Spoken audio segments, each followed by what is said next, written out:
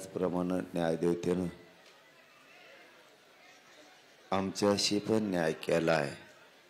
त्याबद्दल मी न्यायदेवतेचं मान्य न्यायालयाचं मनापासून भरभरून असं कौतुक करतो.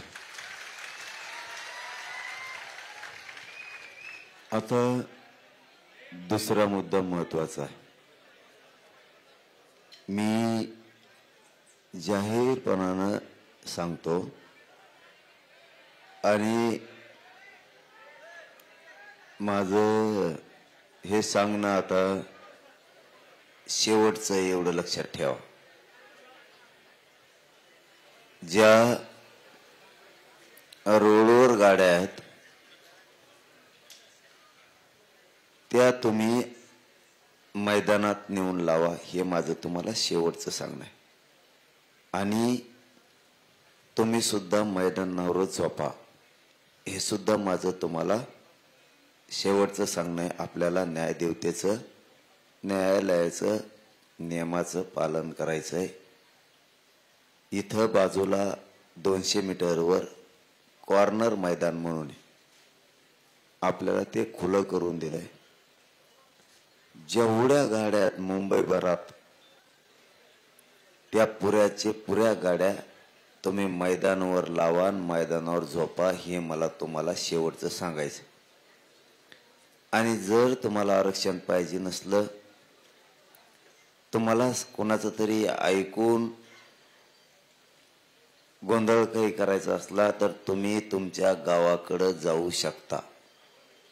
मला माझ्या जातीला मोठं करायचंय, माझ्या जातीच्या लेकराला मोठं करायचंय.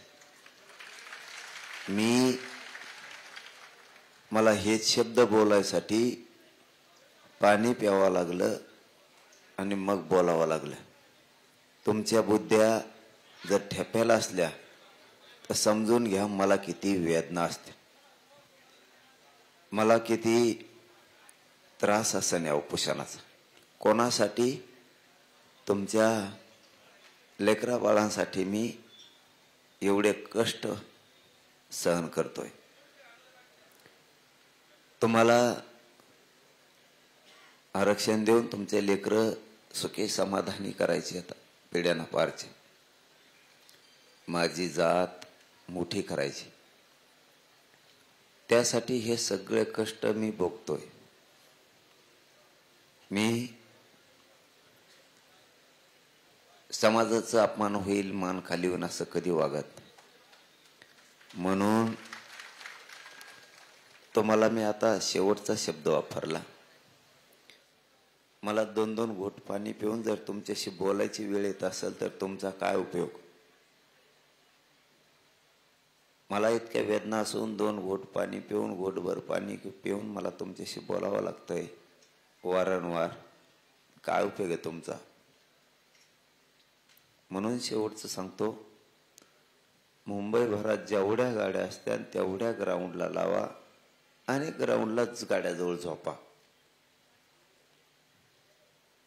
तुम्हाला ज्यावेळेस बाहेर निघावं वाटेल त्यावेळेस बाहेर पण निघता येईल.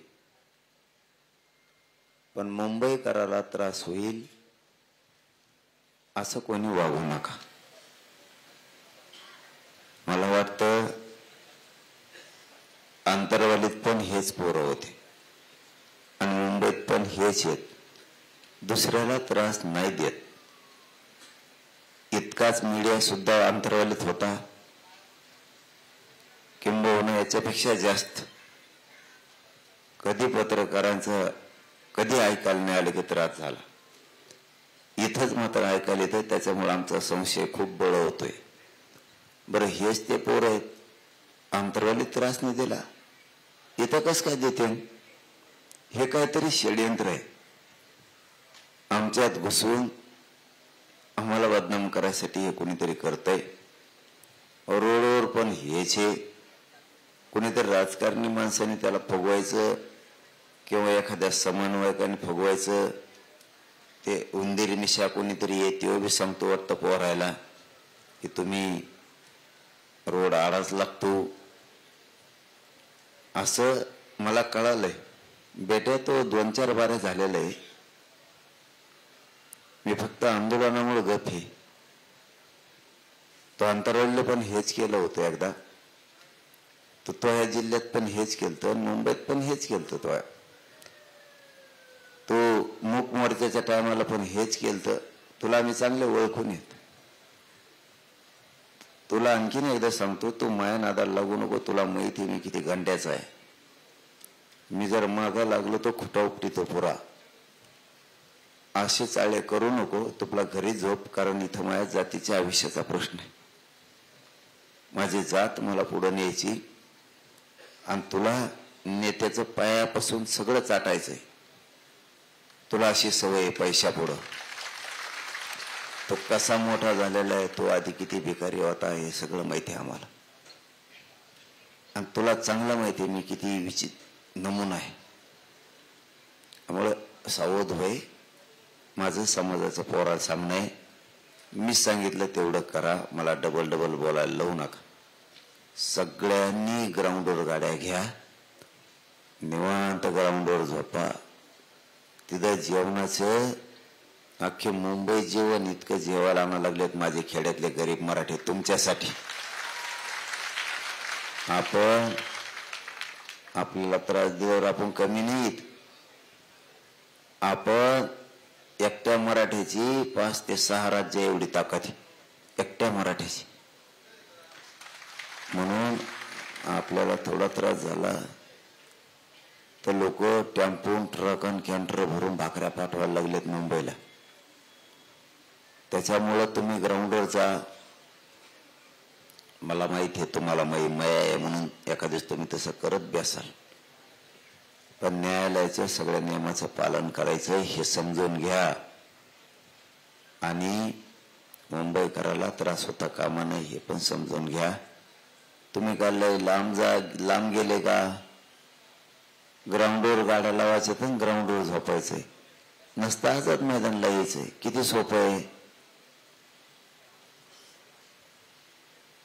वेळची वेळेला बघू ना. तुम्ही शांत राहा, एवढंच माझं म्हणणं आहे. तुम्ही शांत राहा. आणि ज्यांना ऐकायचंच नाही ना तो गावाकडे गेला तरी चाल. काय मी बघतो कसं आरक्षण द्यायचं माया जातीला. मी मेलो तरी इथून उठत नाही. ज्याला यायचं त्याला येऊ दे. सरकार येऊन दे, गोळ्या घेऊन येऊन दे, बंदूक घेऊन येऊन दे, त्याला काय घेऊन यायचं ते येऊन दे. मी बाजार मारायला तयार आहे तुमच्यासाठी. फक्त तुम्हाला सांगितलं तेवढं तुम्ही करा. आजपासून पुन्हा तुम्हाला आता शेवटची विनंती, इतक्या स्पीडने गाड्या काढून ग्राउंडला नेऊन लावा की मराठ्याचा गर्व वाटला पाहिजे. मराठ्यालाच किंवा पोरा असा होता असे. इथं कुठं जरी जवळच आझाद मैदानच्या बाजूला कुठं मला माहित नाही, कॉर्नरच का क्रॉस हे नाव असे ठेवतात. बदगे जाऊ नये. एकदा कॉर्नर म्हणतात, एकदा क्रॉस म्हणतात, एकदा काही म्हणतात. हात लांब नाव ते घेता येणार आणि फेता येणार. तिथं क्रॉस मैदान आहे कुठंतरी, तिथं गाड्या नेऊन लावून झोपा. जिथं मैदान असते तिथं लावा. कमी पडलं तर सरकार आणि पोलीस म्हणलेत की आम्ही आणखीन मैदान उघडं करून देतो. मग आता तुम्ही गपचिप मला उद्या ऐकायला सुद्धा नाही आलं पाहिजे. हा आज रात्री तर उद्या नाही तर बाबा मी 2 पोराचं टीम पाठवीन आणि तो बापाला नाही गावाकडे फोन करीन, या दलिंदरला तिकडे घेऊन जा म्हणून हे पक्षाची अवलाद आहे हे ध्यानात ठेव. म्हणून आता सगळ्यांनी ग्राउंडवर जाऊन झोपा. कुणीही रोडवर गाड्या ठेवू नका. मला जात जिंकायची. तुमच्यामुळं माझी जात हरू नाही. त्याच्या पुढे तुम्हाला आता बोलत नाही.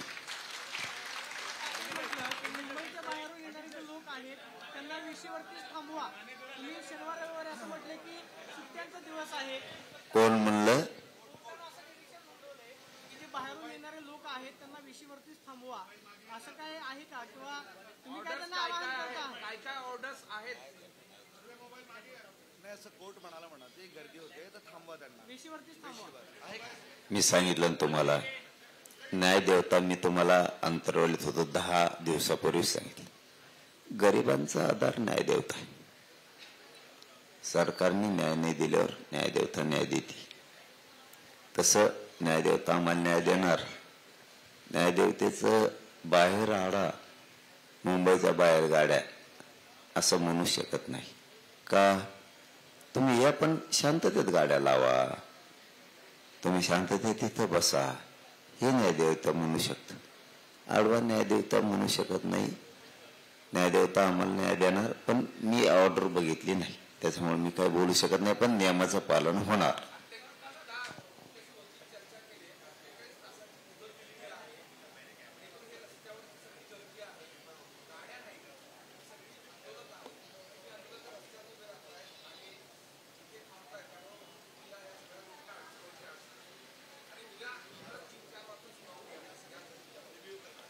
बर, मला नाही माहित. मी आता ते पोरांना सांगायसाठी पाणी पिऊन उठलोय. हे बघा, तुम्ही तरी किमान 10-12 जण असेत, तुम्ही आपला सेकंद बघितलेला आहे. मला म्हणजे 4 रात्री 4 दिवस उपोषणात तुम्ही किती हालाक येते. तुम्हीच लोक आहेत की पत्रकारितेच्या पलीकडे जाऊन हाताला धरून उठवणारे लोक आहे. तरी मी लोकांना सांगण्यासाठी उठलो की शांत राहा, न्यायदेवता न्याय करल. ते सुद्धा पोरं रस्त्यावरचे ग्राउंडवर जाऊन झोपतील, ग्राउंडवर राहतील, शांततेत सगळं करतील.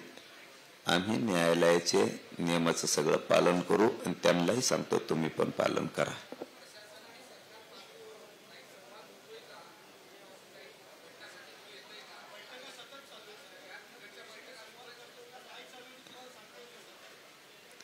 मी फक्त तुमच्याकडून ऐकतो.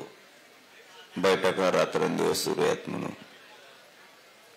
बघायला मिळत नाही, ऐकायला मिळत नाही, दिसत नाही. कशाच्या बैठका सरकारच्या चालू आहेत ते आम्हाला माहित नाही, पण आमच्याकडे काही निरोप नाही. त्यांच्याच बैठका सुरू असते. लगन गई चालू असेल त्यांची तिकडे दुसरी.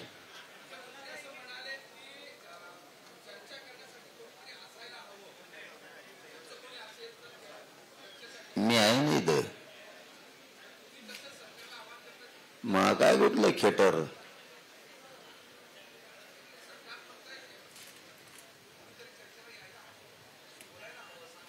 आणि तुमच्या काय पाया मोडे काय, अशी कोणची पद्धत आहे. आम्ही चर्चेला यावं, नामकं करावं. चर्चे फिरच्याला नाही पाठवत आम्ही कोणा, तिकडेच गेले फोटो द्यायचे. तुम्हाला यायला काय झालं चर्चेला, तुम्ही चर्चेला या ना. बाकीचे मंत्री, बाकीचे चर्चा करणारे 500-500 किलोमीटरवर येतात. तुम्हाला इथं 100-150 मीटरवर येता येत नाही का. बहाणेबाजी नका करू. तुमच्या एका मस्तीखोर निर्णयामुळं पुढं काय होतंय तुम्ही बघा. मला शांतता ही किती कठीण असू शकते. शांततेत लोकांचे घेतलेले बळी,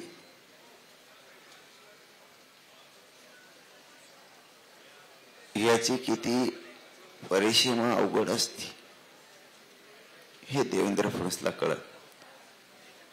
न्यायदेवता काय सांगते आणि देवेंद्र फडणवीस काय करतो हे त्याच्या अक्कलनाच्या आणि बुद्धीच्या पलीकडे आहे. त्याच्या एका मस्तीखोर निर्णयामुळं, वागणुकीमुळं मराठ्यांना तुच्छतेची वागणूक द्यायची. या वागणुकीमुळं ही शांतता एवढी विकोपाला जाऊ शकते की कधी 20-25 पिढ्यांना सुद्धा विचार केला नसेल इतकी परिस्थिती तो आणू शकतो. बस झाला आता, बस.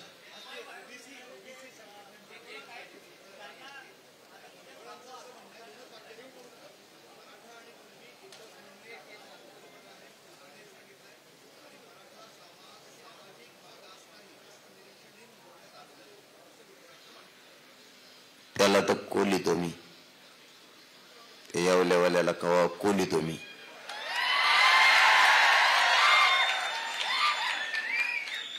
मराठा आणि कुंडी एक हे फायनल आहे आणि आम्ही त्याच्यावर राहणार आहे. त्याला मी महत्व देत नाही. बस झालं आता. मला तोंड आंगळून गेले.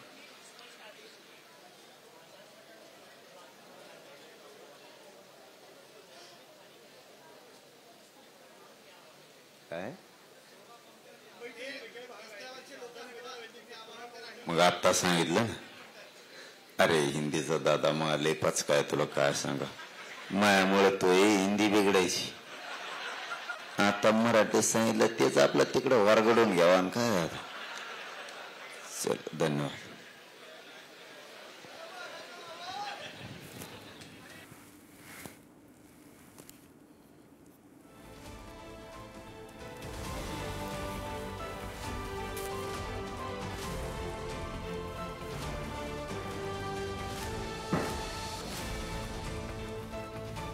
तर आंदोलनासंदर्भात बोलताना मनोज जरांगे पाटील काहीसे भावूक झाले. मेलो तरी चालेल पण आरक्षण मिळाल्याशिवाय आंदोलन थांबणार नाही असं पुन्हा एकदा त्यांनी निक्षून सांगितलंय. हायकोर्टाच्या नियमांचं आणि सूचनांचं पालन करा असं त्यांनी सगळ्या आंदोलकांना सांगितलेलं आहे. मराठ्यांचा गर्व वाटला पाहिजे असं वागा असं ते म्हणाले. जातीला विजय मिळवून द्यायचा आहे, हरायचं नाही असं त्यांनी सर्व त्यांच्या कार्यकर्त्यांना आंदोलकांना आवाहन केलेलं आहे.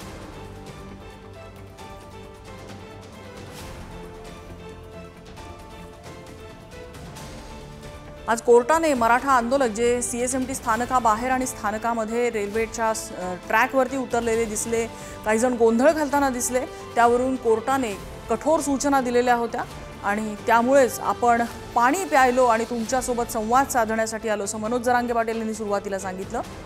कोर्टाच्या सर्व सूचनांचं आणि नियमांचं पालन करा असं त्यांनी आंदोलकांना सांगितलेलं आहे. मला इतक्या वेदना असून 2 घोट पाणी पिऊन, घोटभर पाणी पिऊन मला तुमच्याशी बोलावं लागतंय वारंवार. काय उपयोग आहे तुमचा? म्हणून शेवटचं सांगतो, मुंबईभरात जेवढ्या गाड्या असतात तेवढ्या ग्राउंडला लावा आणि ग्राउंडलाच गाड्याजवळ झोपा. तुम्हाला ज्यावेळेस बाहेर निघावं वाटन त्यावेळेस बाहेर पण निघता येईल.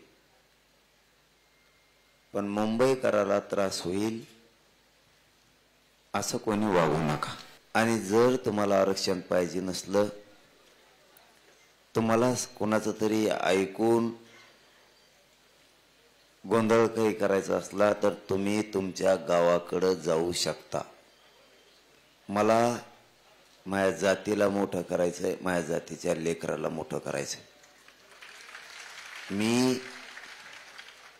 मला हेच शब्द बोलायसाठी पाणी प्यावं लागलं आणि मग बोलावं लागलं. माझं हे सांगणं आता शेवटचं एवढं लक्षात.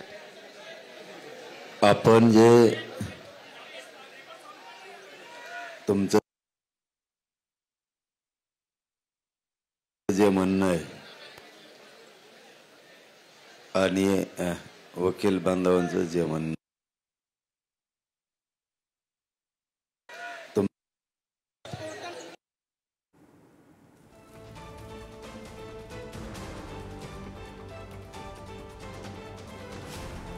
मराठ्यांचा गर्व वाटला पाहिजे असं वागा. आपल्याला जातीला आरक्षण मिळवून द्यायचं आहे, हरायचं नाही असं ते म्हणाले.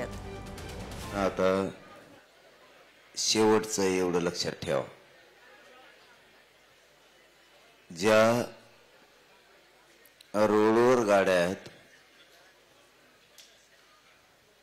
त्या तुम्ही मैदानात नेऊन लावा. हे माझं तुम्हाला शेवटचं सांगणं आहे. आणि तुम्ही सुद्धा मैदानावरच झोपा.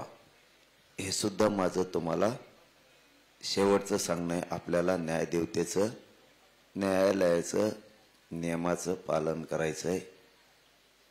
इथं बाजूला 200 मीटरवर कॉर्नर मैदान म्हणून आपल्याला ते खुलं करून दिलंय. जेवढ्या गाड्या मुंबईभरात त्या पुऱ्या गाड्या तुम्ही मैदानावर लावा आणि मैदानावर झोपा, हे मला तुम्हाला शेवटचं सांगायचं. मला वाटतं आंतरवालीत पण हेच पोरं होते आणि मुंबईत पण हेच आहेत. दुसऱ्याला त्रास नाही देत. इतकाच मीडिया सुद्धा आंतरवालीत होता, किंबहुना याच्यापेक्षा जास्त. कधी पत्रकारांचं कधी ऐकायला नाही आलं की त्रास झाला. इथंच मात्र ऐकायला येतं, त्याच्यामुळे आमचा संशय खूप बळ होतोय. बरं, हेच ते पोरं आहेत, आंतरवालीत त्रास नाही दिला, इथं कसं काय देते? हे काहीतरी षडयंत्र आहे. आमच्यात घुसवून आम्हाला बदनाम करायसाठी हे कोणीतरी करतंय. रोडवर पण हेच आहे. कोणीतरी राजकारणी माणसाने त्याला फगवायचं किंवा एखाद्या समन्वयकाने फगवायचं. ते उंदीर मिशा कोणीतरी येते बी सांगतो वाटतं पोरायला की तुम्ही रोड आडाच लागतो, असं मला कळालंय.